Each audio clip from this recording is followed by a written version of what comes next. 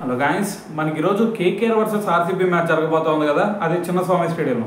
అయితే ఈ మ్యాచ్ చూసుకుంటే ఖచ్చితంగా కేకేఆర్కి ఒక బిగ్ షాక్ తగలబోతుందేమో అని అనిపిస్తోంది. ఎందుకంటే ఈ మ్యాచ్ కనుక కేకేఆర్ ఓడిపోయినా, లేదు అంటే ఈ మ్యాచ్ రద్దయినా సరే ఖచ్చితంగా వీళ్ళు అఫీషియల్గా ప్లేఆఫ్ రేస్ నుంచి బయటకు వెళ్ళిపోవాల్సిందే. సో దాంట్లో ఎటువంటి డౌట్ లేదు, మొహమాటం కూడా లేదు.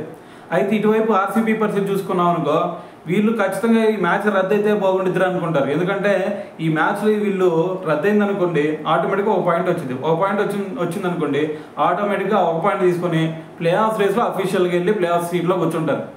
సో మరి ఇటువంటి సినారియోలో ఖచ్చితంగా మ్యాచ్ జరగాల్సిందే, కేకేఆర్కి మంచి జరగాలి అంటే.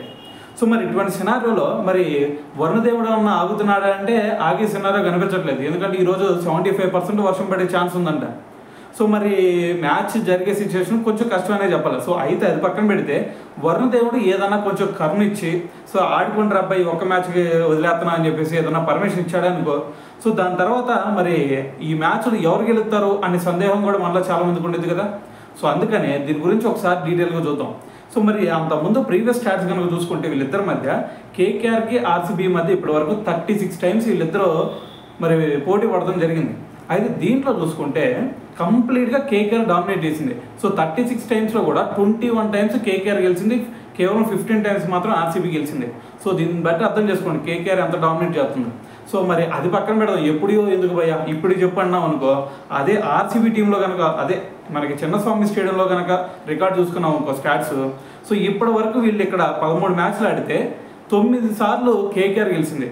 అర్థమవుతుందా? 9 సార్లు, కేవలం 4 సార్లు ఆర్సీబీ గెలిచింది.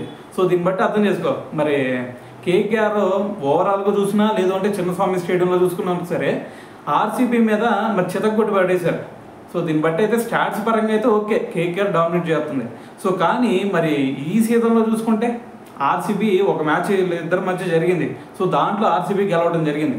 సో అయితే మరి ప్రజెంట్ ఫామ్ కనుక ఒకసారి చూసుకుంటే, మరి ఈ మ్యాచ్ జరిగితే ఒకవేళ వరుణుడు కరుణించి సో ఆర్సీబీ గెలిచే ఛాన్సే ఎక్కువ కనిపిస్తున్నాయి. ఎందుకంటే మరి వాళ్ళ ప్లేయర్స్ అంత ఫామ్లో ఉన్నారు, దాని తర్వాత అంత విధ్వంసంగా ఆడుతున్నారు.